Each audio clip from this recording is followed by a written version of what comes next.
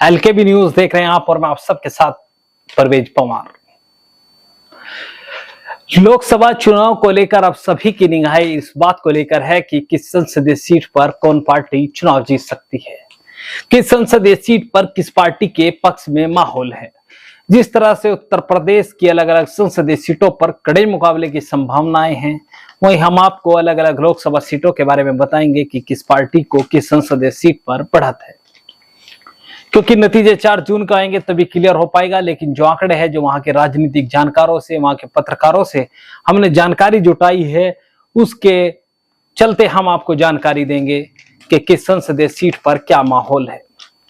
आज हम आपको पश्चिम उत्तर प्रदेश की मेरठ संसदीय सीट के बारे में बताएंगे।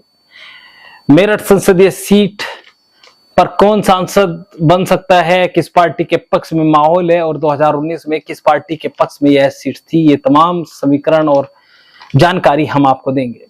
चैनल अगर आपने अभी तक सब्सक्राइब नहीं किया तो चैनल को जरूर सब्सक्राइब कर ले, ताकि अलग अलग लोकसभा सीटों की वीडियो की अपडेट आपको मिल सके।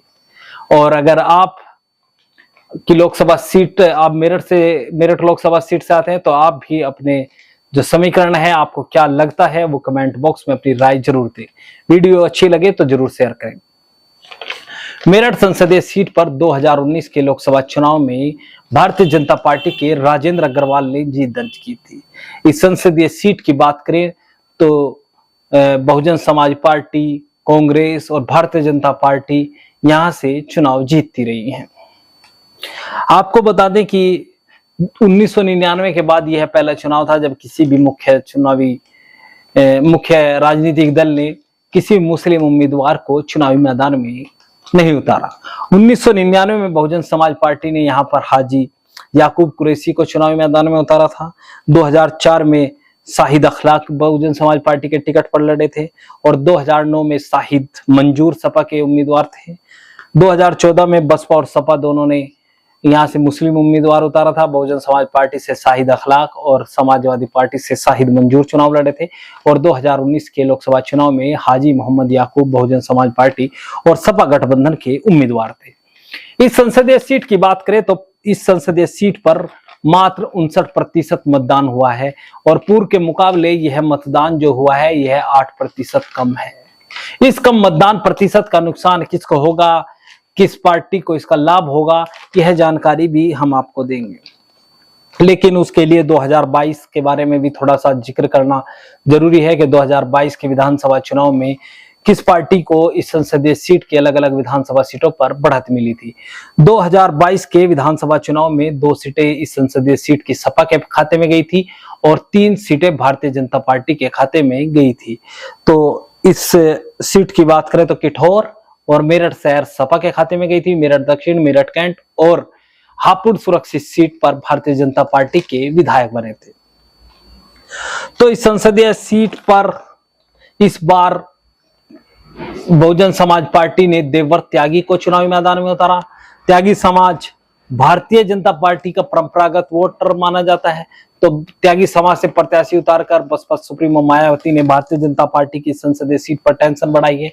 वहीं भारतीय जनता पार्टी ने अरुण गोविल को चुनावी मैदान में उतारा था। अरुण गोविल के बारे में बड़ी चर्चाएं चली थी कि वह चुनाव होने के बाद मुंबई वापस चले जाएंगे, क्योंकि कलाकार हैं अरुण गोविल। और सपा ने यहां पर सामान्य सीट पर दलित समाज की सुनीता वर्मा को चुनावी मैदान में उतारा था। अब सुनीता वर्मा के जो पति है योगेश वर्मा, वो विधायक रहे हैं। सुनीता वर्मा जो है वो मेयर रही है मेरठ की, तो मजबूत राजनीतिक बैकग्राउंड से आती हैं।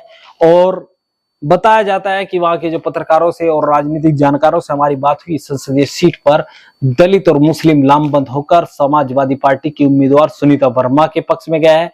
इसके अलावा त्यागी मतदाता अधिक संख्या में बहुजन समाज पार्टी के देवव्रत त्यागी के पक्ष में मतदान करते नजर आए थे।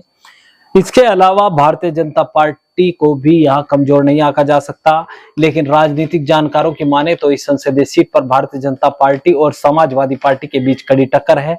लेकिन इस कड़ी टक्कर में समाजवादी पार्टी की उम्मीदवार सुनीता वर्मा को बढ़त बताई जा रही है। हालांकि राजनीति में कुछ भी हो सकता है, लेकिन जिस तरीके से समीकरण निकल कर आए हैं तो इस संसदीय सीट पर सपा और भाजपा के बीच कड़ा मुकाबले में समाजवादी पार्टी की उम्मीदवार सुनीता वर्मा को बढ़त है। बताया जा रहा है कि कुछ गुर्जर मतदाता भी सुनीता वर्मा के पक्ष में गए हैं और अन्य ओबीसी जातियों के भी कुछ हिस्सा सुनीता वर्मा के पक्ष में मतदान करता नजर आया था। तो इस संसदीय सीट पर मेरठ पश्चिम उत्तर प्रदेश की कैपिटल कहा जाता है और पश्चिम उत्तर प्रदेश की कैपिटल मेरठ से हमने शुरुआत की है और इस संसदीय सीट पर कड़ा मुकाबला है, लेकिन समाजवादी पार्टी की उम्मीदवार को बढ़त है। बताया जा रहा है कि अगर भारतीय जनता पार्टी लोकल के किसी नेता को चुनावी मैदान में उतारती तो उसका लाभ भारतीय जनता पार्टी को मिलना था, लेकिन भारतीय जनता पार्टी ने बाहरी उम्मीदवार उतारकर समाजवादी पार्टी को कहीं ना कहीं मौका दिया है, जिसके चलते समाजवादी पार्टी के उम्मीदवार यहां पर मजबूत नजर आ रहे हैं। बहुजन समाज पार्टी के उम्मीदवार देवर त्यागी भी त्यागी समाज में, लेकिन दलित मतदाता तो सपा के पक्ष में चला गया। बहुजन समाज पार्टी का परंपरागत वोटर माना जाता है दलित, और ऐसा पहली बार देखने को मिल रहा है। तो इस संसदीय सीट पर बड़ा कड़ा मुकाबला है और समाजवादी पार्टी को यहाँ पर बढ़त है। पूर्व में भारतीय जनता पार्टी 2014-19 में इस संसदीय सीट से जीतती रही है। 2009 में भी यहाँ पर 2014 और 19 में लगातार राजेंद्र अग्रवाल यहां से सांसद चुने गए। आप भी अपनी राय कमेंट बॉक्स में दे सकते हैं, आपको क्या लगता है मेरठ संसदीय सीट के बारे में। और अगली वीडियो में हम आपको मुजफ्फरनगर लोकसभा सीट के बारे में बताएंगे। इसके लिए चैनल अगर आपने अभी तक सब्सक्राइब नहीं किया तो चैनल को सब्सक्राइब कर ले। वीडियो फेसबुक पेज पर देख रहे हैं तो जरूर हमारा